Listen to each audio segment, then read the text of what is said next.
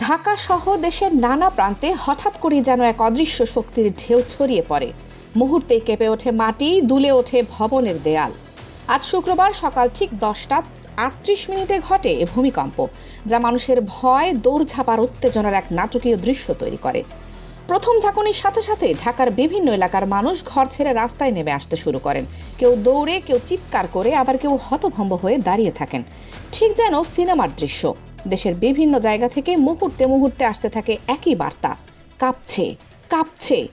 এভাবেই পুরো বাংলাদেশ জুড়ে তৈরি হয় উত্তেজনা আর আতঙ্কের মিশ্র এক পরিবেশ। আবহাওয়া অধিদপ্তরের তথ্য বলছে, ভূমিকম্পটির মাত্রা ছিল 5.7 এবং এর উৎপত্তিস্থল নরসিংদীর মাধবদী। অন্যদিকে মার্কিন ভূতাত্ত্বিক জরিপ সংস্থা জানায়, রিক্টার স্কেলের তীব্রতা 5.5, কেন্দ্রস্থল নরসিংদী।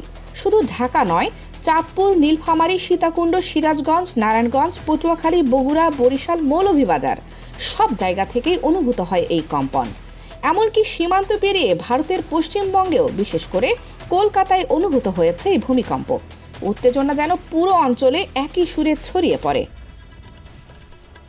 বরিশাল থেকে আমাদের প্রতিনিধি জানান, ভূমিকম্পের সময় তিনি একতলার দোকানে বসেছিলেন। মুহূর্তেই চারপাশ কেঁপে ওঠে, তাকেও বিস্মিত করে দেয় সেই কম্পন। অন্যদিকে নেত্রকোনার নাগরা এলাকার নিরাময় সরকার পরিবার নিয়ে খেতে বসেছিলেন। হঠাৎ ভবন দুলে ওঠে, আর তাড়াহুড়া করে বাচ্চাদের বের করতে গিয়ে তার পায়ে আঘাত লাগে। পরে হাসপাতালে চিকিৎসাও নিতে হয়েছে তাকে।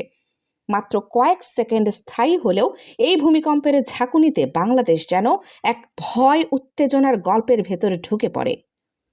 দর্শক, ধন্যবাদ এতক্ষণ সাথে থাকার জন্য। ভিডিওটি ভালো লাগলে এবং দেশ বিদেশের নতুন সব আপডেট সবার আগে পেতে তারুণ্য বার্তার সাথেই থাকুন।